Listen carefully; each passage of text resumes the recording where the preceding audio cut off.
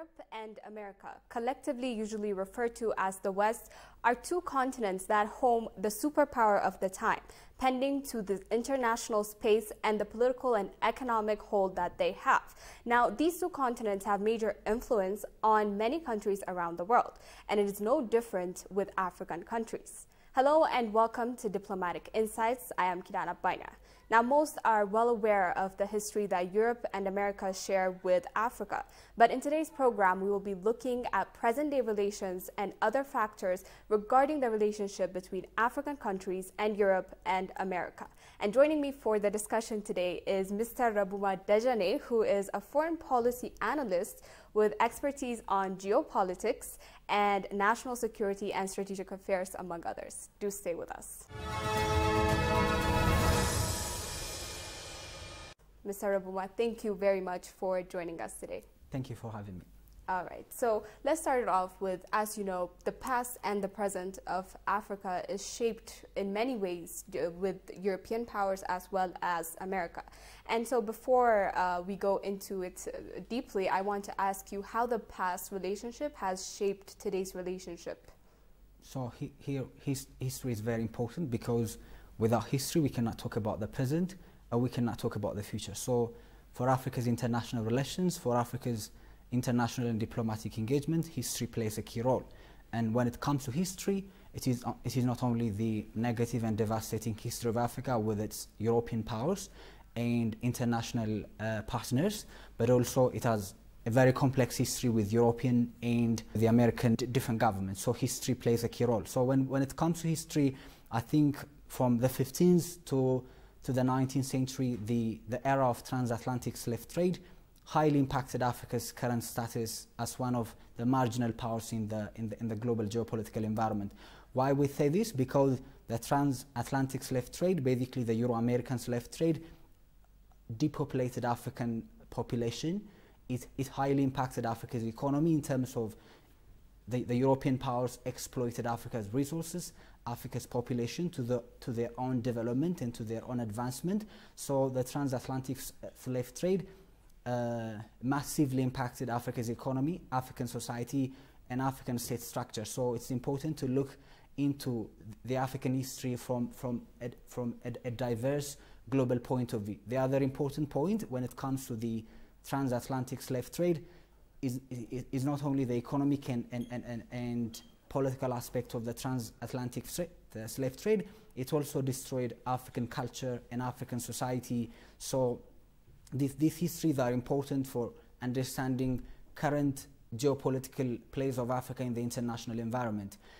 And the other important point that we need to talk about is that Walter Rodney, in his book How Europe Underdeveloped Africa, he basically told us how Europe's major players exploited African resources, major African population to their own advantage. So this side of African history is important. Here we are not talking about African history not only to blame and to give a story of a victim, but also this history plays a critical role to understand the present situation of Africa and its geopolitical situation. The other point that I would like to point out with regard to African history is that of a colonial history. Colonialism impacted African society. If we want to understand the current map of Africa, it's basically because of colonialism. It was created by a colonial adventure, a colonial violence, and a colonial imperialism of European powers. So colonialism highly impacted African society, African states, and the place of African international relations. So we need to understand how colonialism massively influenced the current situation in Africa. And as I've said, the place of colonialism and the understanding of colonialism, the history of colonialism, is not about blaming the West only. We need to take responsibility. African agency is important. If we go to the Indians or the Chinese, they had some level of colonial and imperial history, but they have overcome that and they have become important players in the global political environment, in the global economic order. So Africans should take their own responsibility, at the same time understand the lingering legacies of colonialism, the lingering legacies of transatlantic slave trade. It is not something that happened 500 or 100 or 200 years ago. It is still, there are some lingering legacy of colonialism, and this generation of African society, African people, have the responsibility to change this dynamics, this balance of power with international powers, with international engagement. So the understanding of African society, the understanding of African history, and Africa's relations with global powers, including Europe and America, is very critical to understand how Africa has become a marginal player in the global geopolitical environment. So for me, understanding the history of Africa, understanding the geography of Africa is important to understand its relations and to understand its foreign policy, to understand its engagement with international powers. So as you said, history plays a key role to understand the present situation of Africa. So we need to look into history to understand its current place, to understand its current situation in the evolving global order. All right, thank you very much. So the history that you just mentioned of colonialism and slave trade and etc., they all paint a picture of this sort of exploitation and the use of Africa for its resources. Yeah. But we can agree that throughout the years, this form of relations has sort of evolved. It has changed into cooperation and working together. And now we're actually hearing of the West's renewed interest in Africa, and different evidence of this is foreign ministers' visit to Africa in regards to, cementing or strengthening ties between countries. Even the latest U.S. Treasury Secretary's visit to African countries. The ambassador of the United States to the UN is going to visit Africa. So all of these kind of project the notion that they're looking to cement their ties with African countries. But many have speculations regarding what the factors might be behind that. So let's address that, and what can be attributed to the West's sort of renewed interest in Africa. Well, I think we can outline, or we can identify several factors behind the West's renewed interest in the West's renewed interest in Africa. Africa is still a strategic player in the evolving global order, in the evolving geopolitical competition between the West on one hand and the Russians, and the Chinese, and other major middle powers in the global system. So there are several factors that we can identify. One of the factors that we can identify is that Africa's resources, Africa's population is still a major contributing factor in the international system, and for their own strategic reasons. The other factors that we can identify is that Africa's geography, given its location along between Europe, Asia, and other continents and the Indian Ocean. So the geography of Africa is very critical, and is key to understand the new geopolitical competition in the international system. Despite our own weaknesses internally, despite our own predicaments in several domestic countries of Africa, but broadly speaking, the continent has a huge potential, a huge economic potential. We can see how the last 2 decades of Chinese engagement in Africa is transforming the continent in terms of infrastructure, in terms of economy, in terms of technology, in terms of finance. So the Chinese are increasingly engaged with African continents, and they are playing a key role for Africa's development, for Africa's economic growth. And we can also see that the West is now pursuing a strategy of great power competition with China, with Russia, and they are understanding the age as an age of great power competition. And Africa plays an important role in their strategy, in their strategic compass, in their strategic understanding of the world. But we need to be critical as Africans, because Africa shouldn't be a geopolitical battleground. As Africans, we need to articulate our African interests, our collective African interests, and try to deal and try to manage this geopolitical competition, rather than becoming a geopolitical battleground, a geopolitical chessboard for global powers. Because, as I've said before, during the transatlantic slave trade, during the colonial era, even after the post-colonial period, the Cold War period, Africa became a geopolitical chessboard. Africa became a place of exploitation. Now, given the changing situation in Africa's economy, technology, as I've said, we need to take back our control, we need to take our agency seriously, and we need to develop a collective African strategy to deal with because individual engagements are not going to serve our interests. For example,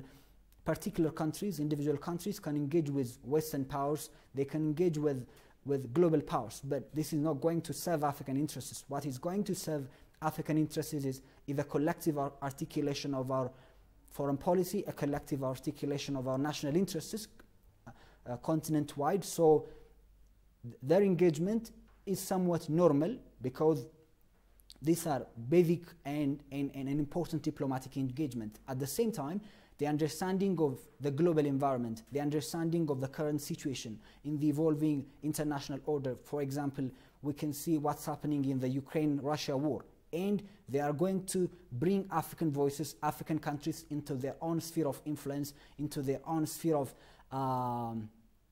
into their own, the so-called sphere of influence. So we need to develop our own collective interests. We need to develop our own national interests with other partners, regionally, continentally. And here I think the African Union can play a critical role in advancing a collective national interest of African societies, African states, rather than having these individual, divided and polarized dealings with major parts of the world. So for me, the individual element is not important. The collective part is important because during, as I've said, different historical periods, African states tried to provide an individual and unilateral response to a global interest. That did not work. What works and what will work for African interests is to have a collective articulation of their national interests and their global aspiration.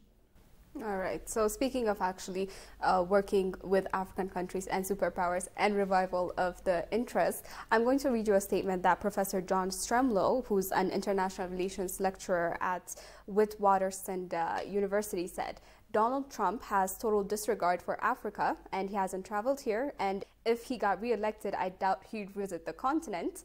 And he figures this isn't worth his attention.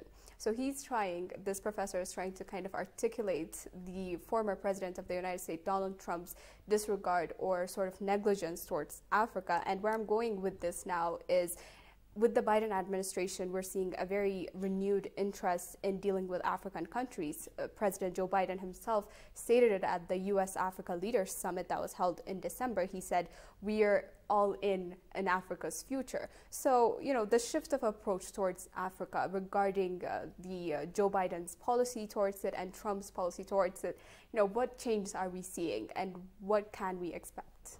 So, the changes and continuities are important when we compare Trump's foreign policy towards Africa and Biden's foreign policy towards Africa. A brief look at Trump's foreign policy is important. For me, and generally speaking, for many African countries, Trump followed an American first, a hyper-nationalist, a unilateralist approach to its foreign policy. And we can remember some of the derogatory and offensive and insultive words that the president used. We don't have to dignify the words of the president by repeating some insulting words towards African countries, but the general framework of Trump's foreign policy towards Africa was, as he said, was that of a negligence.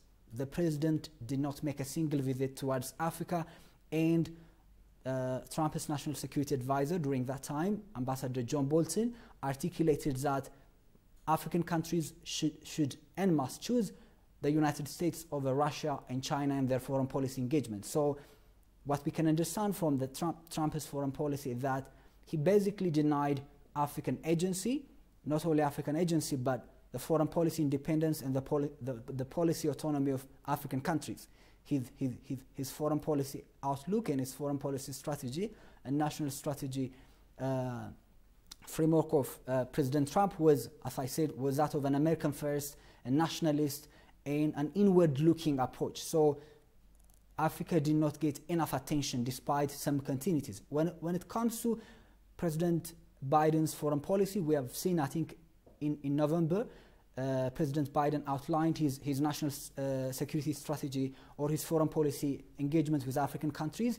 And I think for me it's an important strategy, but a strategy by itself is not a solution. It should be implemented, and it must go beyond foreign policy rhetoric, it must go beyond statements, it must go beyond organizing summits. If we want to solve Africa's major problems and if Africa's major problems are going to be solved, summits and can play a critical role, but implementation is important because Africans have seen many summits, many meetings, and many good photo opportunities. But for Africa, what is important is implementing the strategy and implementing the foreign policy priorities of Africa. Coming back to Biden's national security strategies, I think it had four major objectives. The first one was openness, promoting openness and open society, democratic dividends, security issues, climate issues, and fighting pandemic, economic recovery. And these are important elements. African countries can engage and they can use this opportunity to advance their own interests in their engagement, in their diplomatic engagement with Africa. And I think this provides a good opportunity. At the same time, it is important for African countries, and particularly Ethiopia, to be cautious in our diplomatic engagements, to be cautious and long-term thinking in our foreign policy and diplomacy. Historically speaking, for example, during the Derg period, Ethiopia chose a particular side in the global international system and became a satellite of a particular country, and that did not serve us. What we need to have now is to have our own foreign policy independence, to have our own policy autonomy in our engagements, in our interactions with the global powers, because what Africa needs is development, security, and prosperity, not a geopolitical tension.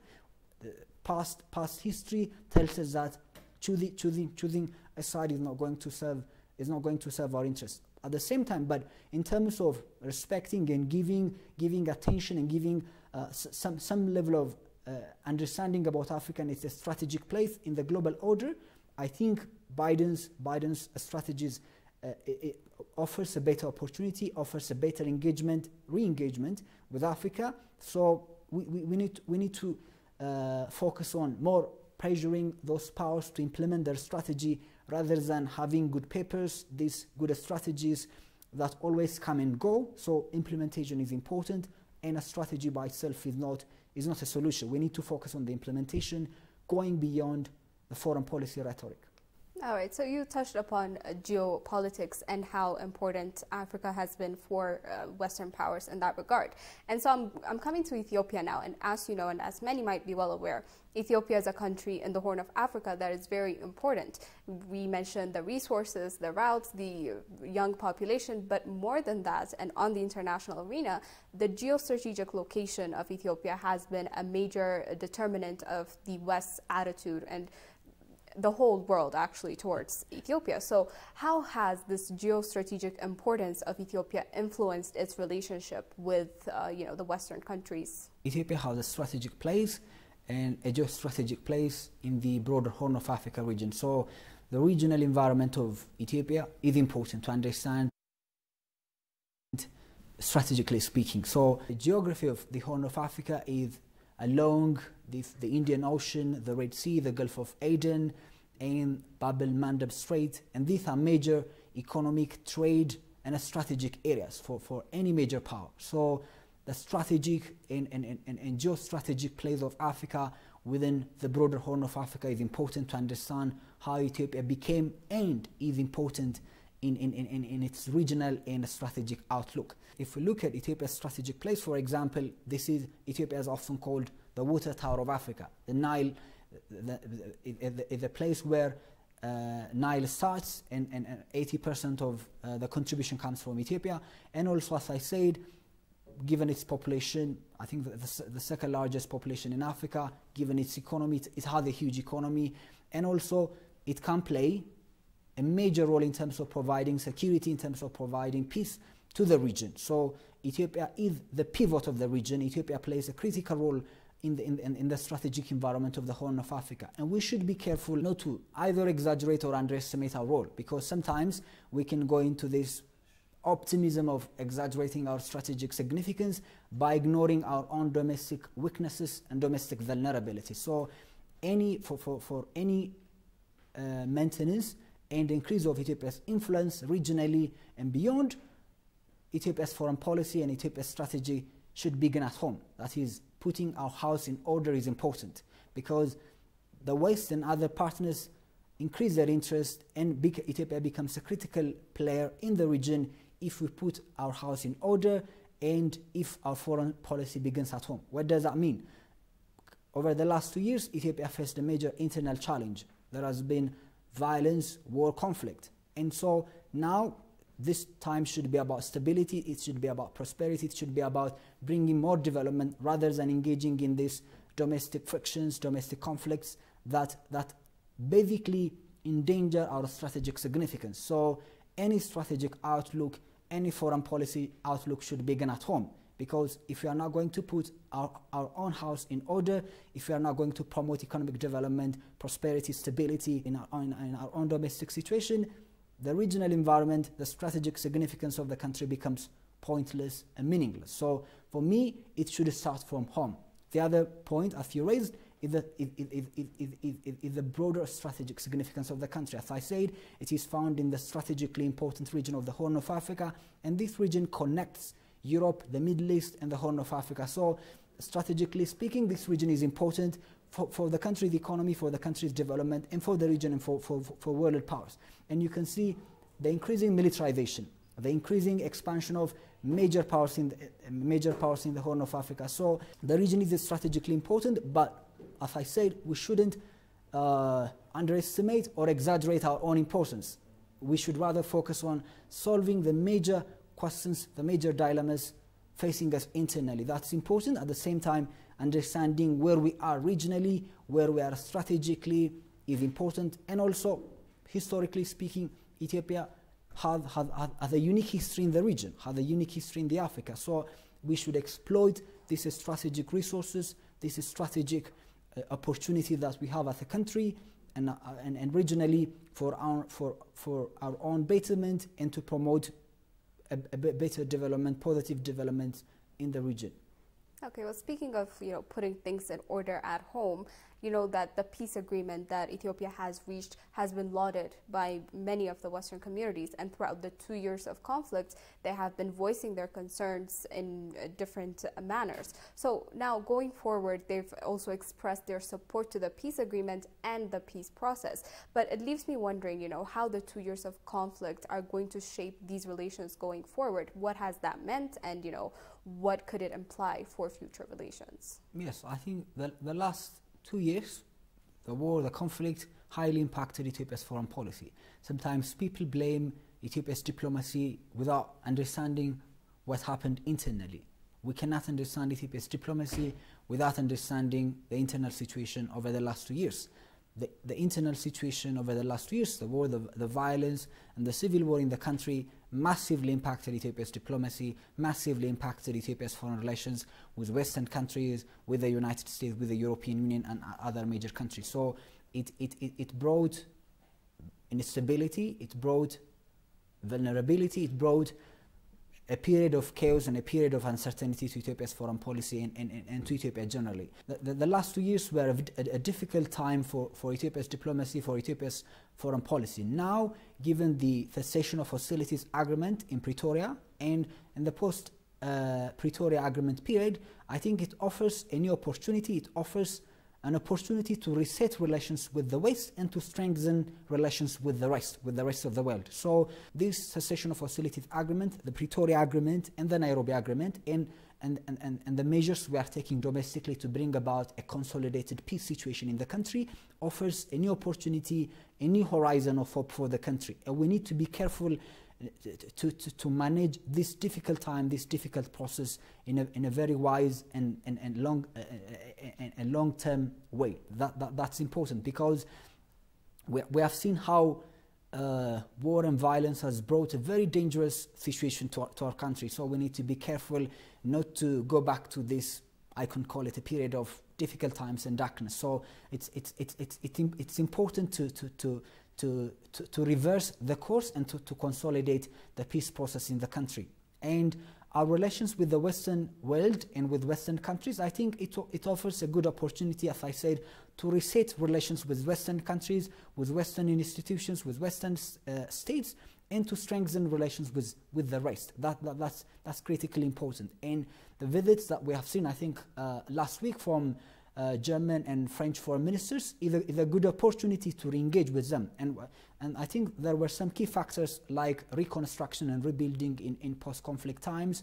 Issues of accountability are also there, and also issues of rebuilding conflict-affected areas are also important. So managing this difficult time is important for Ethiopia's government, for major stakeholders in the peace process. So this is important because it not only impacts our economy, our society, our survival as a state, but it impacts our diplomacy. And we need to be careful to manage this difficult time in a very wise manner, so that we can go back to a period where prosperity, development, security is important for this country. That's critically important.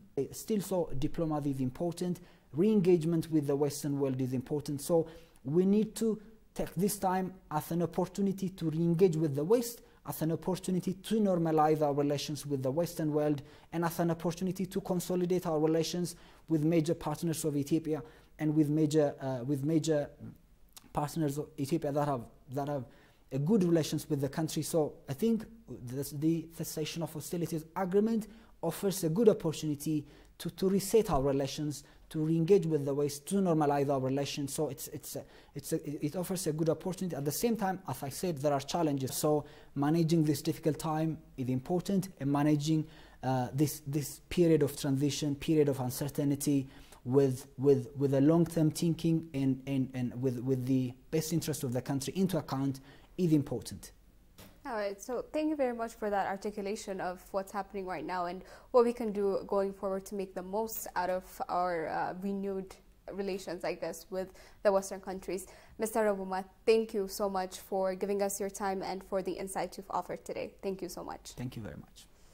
And on that note, today's diplomatic insight comes to an end. We've looked at Africa's and Ethiopia's relationship with the collective West, what the relations look like in the past, what they look like today, and how African countries, as well as Ethiopia in particular, can make the most of it. I was Kirana Baina leading you through the program. Thank you for joining us, and until next time.